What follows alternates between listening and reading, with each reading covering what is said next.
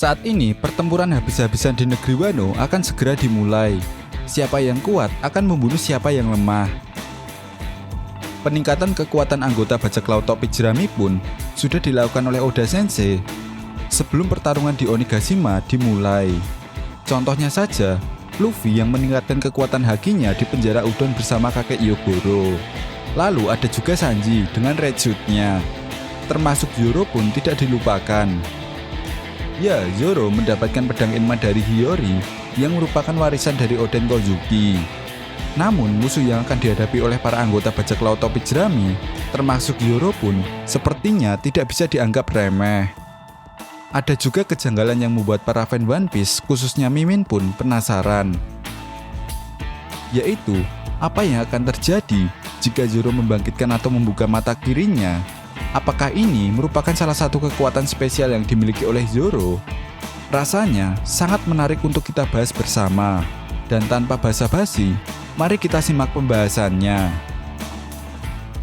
Nah, tetapi sebelum masuk ke pembahasannya, jangan lupa subscribe dulu dong. Karena di 100.000 subscriber, Anime OP akan mengadakan giveaway. Sedikit flashback, pasca time skip, selama 2 tahun dalam cerita One Piece, banyak hal yang terjadi kepada seluruh anggota bajak laut topi jerami. Salah satunya yang paling mencolok adalah adanya peningkatan kekuatan serta kemampuan dari masing-masing kru bajak laut topi jerami. Nah, time skip sendiri memang bertujuan untuk melatih para anggota bajak laut topi jerami agar mereka bisa lebih kuat untuk menghadapi situasi penting. Mungkin contohnya adalah pertempuran habis-habisan yang akan terjadi di negeri Wano. Nah, dari masing-masing anggota bajak laut topi jerami, mereka semua belajar hal baru yang memang menjadi keahlian mereka, termasuk Roronoa Zoro. Zoro mungkin dikenal sebagai salah satu anggota bajak laut topi jerami terkuat. Tetapi kekuatannya ketika itu masih jauh dari kata hebat.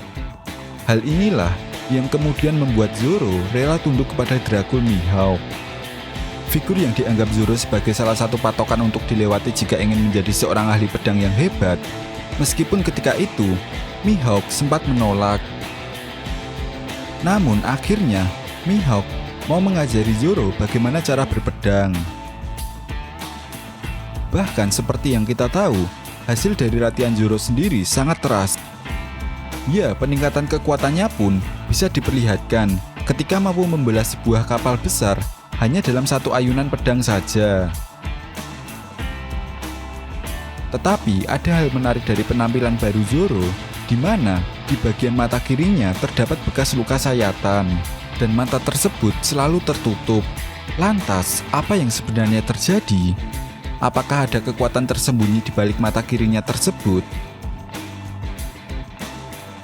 Banyak fan One Piece yang meyakini bahwa akibat luka tersebut, Zoro harus kehilangan matanya dan tidak bisa membuka matanya lagi.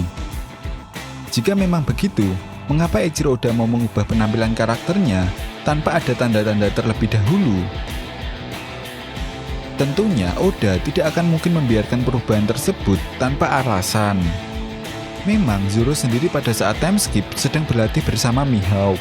Jadi rasanya mustahil jika dia mendapatkan serangan musuh dan kehilangan matanya. Tapi Mimin rasa sangat kecil kemungkinannya jika ini adalah akibat dari duel Mihawk bersama Zoro ketika time skip. Perlu diingat bahwa Mihawk tidak mau menjadikan Seng seorang rivalnya lagi karena dia tahu bahwa Seng telah kehilangan satu lengannya. Hal ini juga sama terhadap Zoro. Ada juga yang berpendapat bahwa Babon cerdas yang telah memberikan luka tersebut kepada Zoro. Namun perlu diingat, Babon cerdas tersebut sudah sejak awal berhasil dikalahkan oleh Zoro dan tidak ada lagi yang tersisa ketika berlatih bersama Mihawk.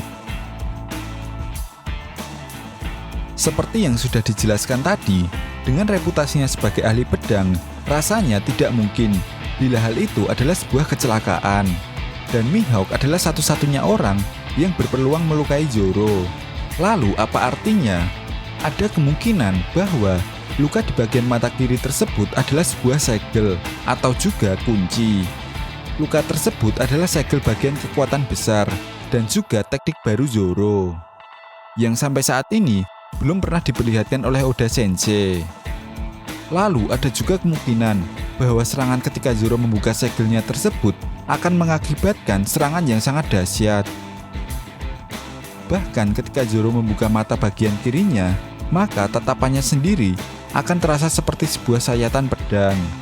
Energi dalam diri Zoro begitu meluap-luap, dan fokus yang akan terjadi ketika mata kirinya tersebut terbuka akan melepaskan sebuah kemampuan dahsyat seperti pedang haki yang mungkin akan dikombinasikan dengan kekuatan unik dari pedang Enma.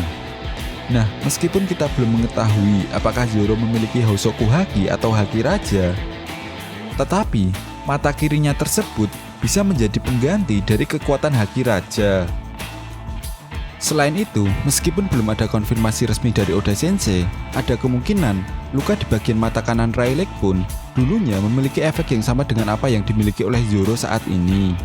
Karena Rayleigh sudah tidak aktif lagi menjadi seorang bajak laut, maka mata kanannya akhirnya terus dibuka dan tidak perlu lagi untuk disegel. Dalam pertarungannya Zoro melawan Monet, kita bisa melihat bagaimana sesaat mata kiri Zoro menjadi merah menyala. Monet yang melihat hal itu langsung ketakutan. Padahal Monet adalah pengguna kekuatan buah iblis Logia. Bahkan Monet juga merasakan bahwa dirinya benar-benar sudah mati. Padahal dia bisa saja menyatukan kembali tubuhnya. Semua itu karena manipulasi dari mata Zoro yang membuat Monet berpikir bahwa dia sudah benar-benar dibelah dan tidak bisa bangkit lagi. Mungkin dalam pertarungan besar melawan bajak laut Kaido ini, kita akan melihat bagaimana Zoro memaksimalkan teknik yang dia miliki dan melepaskan segel mata kirinya, yang mungkin akan dikombinasikan dengan teknik tiga pedang, serta kemampuan unik dari pedang Enma. Nah, itu tadi merupakan kekuatan mata kiri Zoro yang mungkin akan Zoro bangkitkan dalam pertempuran habis-habisan di negeri Wano melawan Kaido. Jadi, bagaimana menurut kalian? Kira-kira adakah kekuatan tersembunyi di balik mata kiri Zoro?